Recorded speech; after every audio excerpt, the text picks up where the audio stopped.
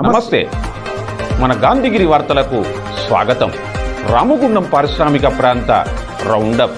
ఈరోజు గాంధీగిరి అందిస్తున్న ప్రత్యేక వార్తలు చదువుతున్నది దయానంద్ గాంధీ. వార్తల్లోని ముఖ్యాంశాలు. ప్రెస్ మీట్లో కందుల సంధ్యారాణి ధ్వజం, స్మారక స్తూపం తొలగిస్తామనడం పట్ల ఐఎఫ్టీ ఆక్షేపణ, నేల కూలిన వేముల అశోక్ దుకాణం వివరాలు. ఈ రోజు గాంధీగిరి వార్తలను సమర్పిస్తున్నది శ్రీకాంత్ కంటి దవాఖానా. కోల్బెల్ కు కంటిపాప, అన్ని వర్గాలకు వెలుగు కిరణం. డాక్టర్ శ్రీకాంత్ సారథ్యంలో వైద్య సేవల్లో శ్రీకాంత్ కంటి దవాఖానా. ఏప్రిల్ 15 నుండి ప్రతి గురువారం ఉచిత వైద్య నేత్ర శిబిరం. కంటి పొరకు ఆపరేషన్ 5,000 రూపాయలకే చేయబడును. లక్కం భిక్షపతి కార్యనిర్వహణలో శ్రీకాంత్ కంటి దవాఖానా, లక్ష్మీనగర్, గోదావరికని. Phone number 8074911632. ఎక్కడికి వెళ్ళినా ఎక్కడ పడితే అక్కడ దేవుళ్ల మీద ప్రమాణం చేస్తూ తాము ప్రకటించిన డిక్లరేషన్ అమలు చేస్తామని ముఖ్యమంత్రి రేవంత్ రెడ్డి అబద్ధాల పరిపాలన కొనసాగిస్తున్నారని, రేవంత్ రెడ్డి పాలనలాగానే రామగుండం నియోజకవర్గంలో కూడా అలాంటి పాలనే సాగుతూ ఉందని బీజేపీ నేత కందుల సంధ్యారాణి ఆరోపించారు. గోదావరికన్ ప్రెస్ క్లబ్లో ఈరోజు జరిగిన ప్రెస్ మీట్లో ఆమె మాట్లాడారు. ఈ ప్రెస్ మీట్లో బీజేపీ, దాని అనుబంధ సంఘాల నాయకులు ఉన్నారు. ఇప్పుడున్నటువంటి సీఎం రేవంత్ రెడ్డి గారు ఎక్కడికి పోతే అక్కడ దేవుళ్లపై ప్రమాణం చేసి నెలలోపట్నే మా డిక్లరేషన్ ను పూర్తిగా అమలు చేస్తామని చెప్పి ఆ రోజు పూర్తిగా భగవంతుడి మీద ప్రమాణం చేసినటువంటి పరిస్థితి తెలంగాణ యావత్ ప్రజానీకం చూసింది. అయితే ఒక్కొక్క డిక్లరేషన్ లో ఇవాళ మహిళలకు సంబంధించి చాలా హామీలు ఇచ్చిండ్రు. ఉచిత బస్సు ప్రయాణంతో పాటుగా మహిళలకి ఒక్కొక్కరికి 2,500 అకౌంట్లో వేస్తామన్నారు. కళ్యాణ లక్ష్మితో పాటుగా తులం బంగారం ఇస్తామన్నారు. చదువుకునే ఆడపిల్లలకి స్కూటీలు ఇస్తామన్నారు. ఇట్లా అనేకమైనటువంటి ఉపాధి ఉద్యోగ అవకాశాలు ఇస్తామన్నారు. ఇట్లా చెప్పుకుంటా పోతే రైతులకు సంబంధించినటువంటి బోనస్ కావచ్చు, రుణమాఫీ కావచ్చు, తర్వాత కౌలు రైతులకు సంబంధించినటువంటి కావచ్చు, రైతు పంట పెట్టుబడి ఏదైతే ఉన్నదో దానికి సంబంధించి కావచ్చు, యువకులకు సంబంధించి యువత డిక్లరేషన్లో ఉద్యోగ అవకాశాలు, యువకులకి నిరుద్యోగ భృతి, ఇట్లా చాలా హామీలని 6 గ్యారంటీల పేరిట అనేకమైనటువంటి హామీలను ఇచ్చిండ్రు. అందులో కనీసం ఒక అర గ్యారంటీని కూడా ఇవాళ అమలు చేయనటువంటి పరిస్థితి ప్రజలు చూస్తూ ఉన్నారు. అయితే కేవలం ఇవాళ ప్రజలు ఏం కోరుకుంటా ఉన్నారంటే, ఈ ఏడాది పాలనలో మాకు అభివృద్ధి దేవుడెరుగు, కానీ మమ్మల్ని బతకనిస్తే చాలనేటువంటి ఒక ప్రమాదకరమైనటువంటి వాతావరణంలో తెలంగాణ ప్రజానీకం ఉన్నది. ప్రశ్నిస్తే కేసులు, జైల్లో పెట్టడం, ఇట్లా అభివృద్ధి పేరుట ఇల్లు కూల్చేయడం ఇవాళ రాష్ట్రంలో జరుగుతున్నటువంటి పరిస్థితి ఇది. రాష్ట్రంలో అట్లా జరిగితే రేవంత్ రెడ్డి సీఎం అలా చేస్తూ ఉంటే, ఇక్కడ రామగుండం స్థానికంగా ప్రజలకి అనేక అబద్ధాలు చెప్పి గెలిచినటువంటి రామగుండం ఎమ్మెల్యే మక్కాన్ సింగ్ గారు సేమ్ అదే పద్ధతి, అక్కడ రాష్ట్రంలో సీఎం ఎట్లా చేస్తా ఉన్నాడో ఇక్కడ స్థానికంగా ఎమ్మెల్యే కూడా అదే పద్ధతిని కొనసాగిస్తా ఉన్నారు. రామగుండం అంటే ఇది రామగుండం కాదు, రామగండం లాగా ఇవాళ ప్రజలు భావిస్తా ఉన్నారు. సీత కష్టాన్ని రామగుండం నియోజకవర్గ ప్రజలు అనుభవిస్తా ఉన్నారు అనే దానికి అనేకమైనటువంటి ఉదాహరణలు ఇక్కడ ఉన్నాయి. అభివృద్ధి పేరు మీద పొద్దుగాలు లేస్తే ఎక్కడ నోటీసులు వస్తాయో, మా ఇల్లు ఎక్కడ కూలగొడతారని ఒక భయంతో వాళ్ళ ప్రజలు ఇక్కడ జీవిస్తా ఉన్నారు. కాబట్టి తప్పకుండా వీటిని భారతీయ జనతా పార్టీ ఏడాది కాలం నుంచి ఎండగడతా ఉన్నది, ప్రజలకి అండగా ఉన్నది. ప్రభుత్వాన్ని, మరి ప్రభుత్వంలో ఉన్నటువంటి రాజకీయ పార్టీ కాంగ్రెస్ పార్టీని ప్రశ్నిస్తా ఉన్నది. అదే పద్ధతిలో ఇవాళ రేపు మరి తేదీ 11 బుధవారం రోజున మధ్యాహ్నం 3 గంటలకి ఈ నిరుద్యోగ యువకులు ఎవరైతే ఉన్నారో వాళ్ళందరితో కూడా పెద్ద ఎత్తున బైక్ ర్యాలీ, అలాగే చౌరస్తాలో సమావేశాన్ని ఏర్పాటు చేయడం జరుగుతూ ఉన్నది. ప్రజలందరికీ పూర్తిగా భారతీయ జనతా పార్టీ అండగా ఉంటది, భరోసానిస్తుంది. రేపు ప్రజల వైపు నిలబడి కొట్లాడేది కూడా భారతీయ జనతా పార్టీ అని ఈ సందర్భంగా ప్రజలందరికీ కూడా పిలుపునిస్తూ, తప్పకుండా పాత్రికేయ మిత్రులందరూ కూడా సహకరించి ప్రజలకి భారతీయ జనతా పార్టీ అండగా ఉన్నదనేటువంటి విషయాన్ని తప్పకుండా మీరంతా కూడా మీ ద్వారా తీసుకెళ్లాలని మీ అందరికీ కూడా విజ్ఞప్తి చేస్తా ఉన్నాం. ధన్యవాదాలు. ఉన్నత చదువులు చదివి పోలీసు ఉద్యోగ ప్రయత్నంలో ఎన్నో సవాళ్లను ఎదుర్కొని పోలీస్ శాఖలో పూర్తి బాధ్యతలు నిర్వహించేందుకు ఎంపిక చేయబడిన ప్రతి ఒక్కరూ ఎలాంటి ప్రలోభాలకు గురి కాకుండా నీతి నిజాయితీతో విధులు నిర్వహించాలని, కష్టపడి సాధించిన ఉద్యోగానికి సార్థకత తీసుకురావాలని Ramagundam police commissioner M Srinivas పేర్కొన్నారు. ఈరోజు నూతన సాయుధ దళ ఏఆర్ కానిస్టేబుల్తో కమిషనరేట్ కార్యాలయంలోని సమావేశ హాల్లో ఏఆర్ పోలీసు విధులను గురించి, క్రమశిక్షణ గురించి తదితర అంశాలను గురించి పోలీస్ కమిషనర్ వారికి దిశానిర్దేశకం చేశారు. నీతి నిజాయితీతో పనిచేసే వారికి పోలీస్ శాఖలో ఎల్లప్పుడూ ప్రత్యేక గుర్తింపు ఉంటుందన్నారు. ఈ సమావేశంలో అడిషనల్ డీసీపీ అడ్మిన్ సి రాజు, ఏఆర్ ఏసీపీలు ప్రతాప్, సుందర్రావు, ఆర్ఐలు దామోదర్, వామనమూర్తి, శ్రీనివాస్, మల్లేశం, సంపత్ తదితరులు ఉన్నారు. రామగుండం పారిశ్రామిక ప్రాంత అభివృద్ధికి, సుందరీకరణకు తాము వ్యతిరేకం కాదని, కానీ మున్సిపల్ కార్యాలయ టీ జంక్షన్లో ఉన్న తమ సంఘ నేత యు రాములు స్మారక స్తూపాన్ని తొలగించడానికి రామగుండం నగరపాలక సంస్థ పూనుకోవడాన్ని తాము ఆక్షేపిస్తున్నామని ఐఎఫ్టీ నేత ఐ కృష్ణ అన్నారు. గోదావరికన్ ప్రెస్ క్లబ్లో ఈరోజు జరిగిన ప్రెస్ మీట్లో ఆయన మాట్లాడారు. ప్రెస్ మీట్లో ఆ సంఘ నాయకులు ఉన్నారు. కామ్రేడ్ యు రాములు మనందరికీ సుపరిచితుడు. మీ అందరికీ కూడా ఆయన బ్రతుకున్న కాలంలో ఆయన నిర్వహించినటువంటి ఉద్యమాలు, పోరాటాలు కూడా మీకు తెలియనటువంటిది కాదు. దురదృష్టం శాస్తు 2004వ సంవత్సరం మార్చి 14వ తేదీన కామ్రేడ్ యు రాములు అత్యంత దారుణంగా హత్యకు గురైనటువంటి విషయం కూడా మనందరికీ తెలుసు. కామ్రేడ్ యు రాములు సింగరేణి కార్మికుల కోసం, కాంట్రాక్టు కార్మికుల కోసం, సంఘటిత అసంఘటిత రంగంలో పనిచేస్తున్నటువంటి అనేక మంది కార్మికుల సమస్యల మీద, హక్కుల మీద ఆయన జీవితాంతం కూడా పోరాడినటువంటి వ్యక్తి. ఆదర్శప్రాయుడు, ఆడంబరాలు లేనటువంటి వ్యక్తి, ప్రజల్లో ఒకడిగా పనిచేశాడు. ఆయన మరణం అనేటువంటిది ఆ రోజు నుంచి ఈ రోజు వరకు కూడా ఐఎఫ్టియు ఒక తీవ్రమైనటువంటి నష్టదాయకం. ఆ నష్టం నుంచి బయటపడి ఐఎఫ్టియు పునర్నిర్మాణం చేసుకుంది. కానీ తాను భౌతికంగా లేకపోయినప్పటికీ తన స్మృతిని, తన యొక్క జ్ఞాపకానికి చిహ్నంగా గోదావరికని మున్సిపల్ ఆఫీస్ ఎదురుగా, పెట్రోల్ బంక్ ఎదురుగా, రోడ్డుకు అటువైపు ఉన్నటువంటి స్థలంలో మేము 20 సంవత్సరాల క్రితం అక్కడ స్తూప నిర్మాణం చేపట్టినాం.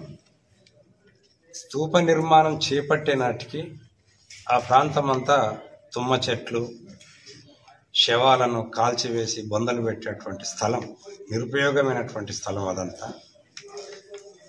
ఆ స్థలం సింగరేణి ఆధీనంలో ఉంది. ఆ తర్వాత దాన్ని చదును చేసుకొని ప్రజలు, కార్మికుల విరాళాలతో ఒక స్తూపాన్ని మేము నిర్మాణం చేసుకున్నాం. ఆ నిర్మాణం తర్వాత ప్రతి సంవత్సరం మార్చి 14వ తేదీన స్మారక స్తూపం దగ్గరికి వెళ్ళి పుష్పగుచ్చాలు ఉంచి నివాళులు అర్పించి అక్కడ సభలాగా పెట్టుకొని వెళ్ళిపోతాం. అది 20 ఏళ్ళుగా అందరి హృదయాల్లో, ప్రతి ప్రజలు అటువైపు పోయే ప్రతి ఒక్కరి దృష్టిలో కూడా అది ఉంది, తెలుసు. అయితే ఇవాళ 2 రోజుల క్రితం మున్సిపల్ కమిషనర్ మమ్మల్ని రమ్మని చెప్పి పిలిచి వాళ్ళు ఒక కబురు చెప్పారు. ఏంటంటే గోదావరికని అభివృద్ధిలో భాగంగా మేము యు రాములు గారి స్తూపాన్ని తొలగించబోతున్నాం. అది మెడికల్ కాలేజ్కి వెళ్ళేటువంటి రోడ్డు. ఆ రోడ్డులో అది జంక్షన్ పాయింట్ అవుతుంది. ఆడ సిగ్నల్ పాయింట్ పెడతాం కనుక చాలా అవసరం ఉంది. ఆ స్థలం మీరు సహకరించాలని కోరారు. అప్పుడు మేము ఒకటే చెప్పినాం, మేము గోదావరికని అభివృద్ధికి, నగర సుందరీకరణకు మేము వ్యతిరేకం కాదు. అయితే మాకు ప్రత్యామ్నాయ స్థలాన్ని చూపించి అదేవిధంగా మీరే నిర్మాణం చేసి ఇవ్వాలని చెప్పి మేము ఆ ఇన్ఛార్జి కలెక్టర్, తర్వాత మన కమిషనర్ అరుణశ్రీ మేడం గారిని కోరాం. వారు మేము స్థలం చూపించలేము, అది గవర్నమెంట్ స్థలం కనుక గవర్నమెంట్ స్థలంలో మీరు కట్టడమే తప్పుగా మేము మాట్లాడాం. మేము కట్టియలేము, స్థలం ఇవ్వలేము అనేటువంటి పద్ధతిలో మాట్లాడారు. అట్లా కాదు మేడం, ఈ ప్రాంత ప్రజల మనోభావాలతో కూడుకున్నటువంటిది సున్నితమైనటువంటి అంశం. రేపు ఇది ప్రతి ఒక్కరిని కూడా కదిలిస్తుంది. మీరు సహకరించాలి, మాకు ఏదో ఒక దగ్గర స్థలం కానీ నిర్మాణం కానీ చేసి ఇవ్వండి అంటే చివరికి ఆమె కలెక్టర్కి ఒక పిటిషన్ పెట్టుకోమని. సరే అని చెప్పి నేను కలెక్టర్ ఆఫీస్ కూడా పోయినాం, ఒక పిటిషన్ కూడా ఇచ్చినాం. అక్కడ కూడా తను ఇదే మాట మాట్లాడింది తప్ప హామీ కనీసం మీరు వేరే దగ్గర కట్టుకోండి, ఏదో రకమైనటువంటి సహకారం ఇస్తాం అనేటువంటి పద్ధతిలో ఎలాంటి హామీ కూడా ఆమె ఇవ్వలేదు. దీని మీద మేము తీవ్రంగా దీన్ని ఖండిస్తున్నాం. ఈ ప్రాంతంలో ఉన్నటువంటి ప్రజలు, సింగరేణి కార్మికులు, రాజకీయ పార్టీలు, ప్రజాప్రతినిధులు, ప్రజా సంఘాలు ప్రతి ఒక్కరు కూడా ఈ చర్యను ఖండించాల్సిందిగా మేము కోరుతున్నాం. మేము ఇప్పటికి కూడా న్యాయంగా అడుగుతున్నాం. స్థలం మీదే కావచ్చు, కానీ 20 సంవత్సరాలుగా అక్కడ ఒక నిర్మాణం ఉంది. ఆ నిర్మాణం తొలగిస్తున్నప్పుడు దానికి ప్రత్యామ్నాయ స్థలాన్ని మీరు ఇవ్వండి అని మరొకసారి ప్రెస్ ద్వారా మేము రామగుండం మున్సిపల్ అధికారులకు విజ్ఞప్తి చేస్తున్నాం. అదేవిధంగా కలెక్టర్ గారికి కూడా మేము విజ్ఞప్తి చేయదలుచుకున్నాం. ఒకవేళ మొండిగా మేము ఖచ్చితంగా తొలగిస్తాం అని అన్నట్టయితే రేపు కార్మికులు, ప్రజలు చేసేటువంటి ఎలాంటి ఆందోళనకైనా కూడా మీరే బాధ్యత వహించాల్సి ఉంటుందని కూడా ఈ సందర్భంగా మేము మున్సిపల్ అధికారులకు విజ్ఞప్తి చేస్తున్నాం.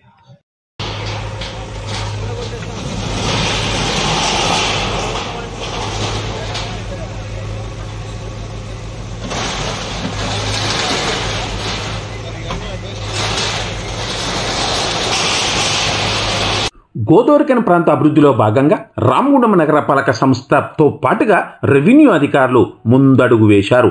ఆపరేషన్ అశోక అమలును స్పీడ్ చేశారు. రోడ్డు వెడల్పులో భాగంగా నిన్న లక్ష్మీనగర్ రీగల్ సెంటర్ ప్రాంతంలో షాపుల ముందున్న గద్దెలను, పందిళ్లను తొలగించగా ఈరోజు గోదావరిఖని నగర నడి బొడ్డున ఉన్న నేలమట్టమైన ఓల్డ్ అశోక్ థియేటర్ స్థలాన్ని ఆనుకొని ఉన్న ఈ థియేటర్ లీజు హోల్డర్గా చెప్పబడుతున్న వేముల అశోక్కు చెందిన ఇండియన్ కూలర్ షాపును రెవెన్యూ అధికారులు ఈ రోజు కూల్చివేశారు. దురాక్రమణ చేశారనే కారణంతో పోలీసు బందోబస్తు మధ్య రెవెన్యూ అధికారులు ఈ షాపును కూల్చివేశారు. ఈరోజు జరిగిన ఈ షాపు కూల్చివేత స్థానికంగా చర్చానీయాంశమైంది.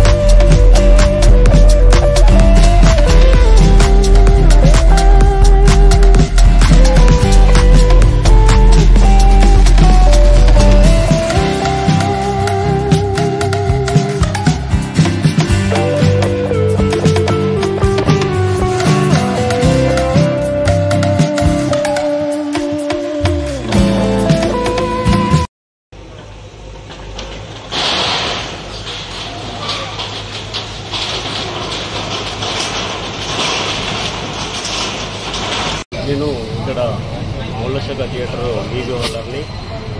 ఈ ఊర్లో మొత్తము అక్రమ పద్ధతిలో కొనసాగుతుంది. అంటే ఈ భూమిని కబ్జా చేయాలనే ఒక కుట్రలో భాగంగా మార్చి 23వ తారీఖు 11 గంటలకు కొంతమంది గుండాలతో తీసుకొని వచ్చి మా థియేటర్ని కూల్చడం జరిగింది. దాని తర్వాత ఎత్తుకు పై ఎత్తులు వేస్తూ అంటే మేము న్యాయస్థానం హైకోర్టు న్యాయస్థానంలో మేము ఉండగా ఆ వివాదం అక్కడ నడుస్తూ ఉండగా అక్కడ మాకు కావాల్సినటువంటి రైట్స్ అన్నీ ఉండగా వాళ్ళు అక్రమ పద్ధతిలో ఇల్లీగల్గా వచ్చి ఇవాళ ఎంఆర్ఓ గారు వచ్చి మా యొక్క దుకాణాన్ని ఈ జేసీబీలతో మరి ట్రాక్టర్లతో కూల్చివేయడం జరిగింది. అలాగే ఇక్కడున్న గోదాము దాదాపు 50 లక్షల స్టాక్ ఉంది. దాంట్లో ఇవన్నీ కూడా కూల్చేసి అవన్నీ ఎత్తుకెళ్తున్నారు. ఈ ఎంఆర్ఓ ఆఫీస్ సిబ్బంది మరి మున్సిపల్ సిబ్బంది పాల్గొని చట్ట విరుద్ధంగా ఇక్కడ పోలీస్ పహారా పెట్టుకొని మరి నేను బాధితున్నైనా నేను ఇక్కడ చూడడానికి వస్తే కూడా నన్ను కూడా ఇక్కడ నుంచి గెంటి వేసి వాళ్ళు దౌర్జన్యంగా మా యొక్క ఆస్తిని నేలమట్టం చేసి ఇలా చేస్తూ ఉన్నారు. ఇవాళ అంటే గౌరవ న్యాయస్థానాన్ని కూడా వాళ్ళు గౌరవించే పద్ధతిలో లేరు. కేవలం ఒక వ్యక్తి, ఒక దుష్ట శక్తి, ఒక దుర్మార్గుడు దీని మీద కన్ను వేసి కబ్జా చేయాలనే ఒక కుట్రలో భాగంగా అతనికి ఈ ప్రభుత్వపరమైనటువంటి శాఖలన్నీ కూడా ప్రభుత్వపరమైనటువంటి ఉద్యోగులందరూ కూడా ఉద్యోగులు మరి రాజకీయ నాయకులు ఒక్కటయ్యి ఈ ఊర్లో ఉన్నటువంటి నన్ను నానా విధాలుగా ఇట్లా వేధిస్తూ ఇవాళ నా ఆస్తిని మొత్తం నిలమట్టడం చేయడం జరిగింది. ఇవాళ ప్రభుత్వ ఉద్యోగులు మరి రాజకీయ నాయకుల వాళ్ళు ఇచ్చే కనుసన్నాలలో మెదులుతూ అక్రమ పద్ధతిలో ఇదంతా చేస్తూ ఉన్నారు. నాకు జరిగిన ఈ అన్యాయాన్ని నేను చట్ట ప్రకారంగా మళ్ళీ కోర్టుల ద్వారానే నేను ముందుకు వెళ్ళడం జరుగుతూ ఉంటుంది. ఇక్కడ ఎవరిని వదిలిపెట్టే సమస్య లేదు. ఎవరైనా కూడా చట్టానికి అతిథులే. ఇంతటితో గాంధీగిరి వార్తలు సమాప్తం. నమస్కారం.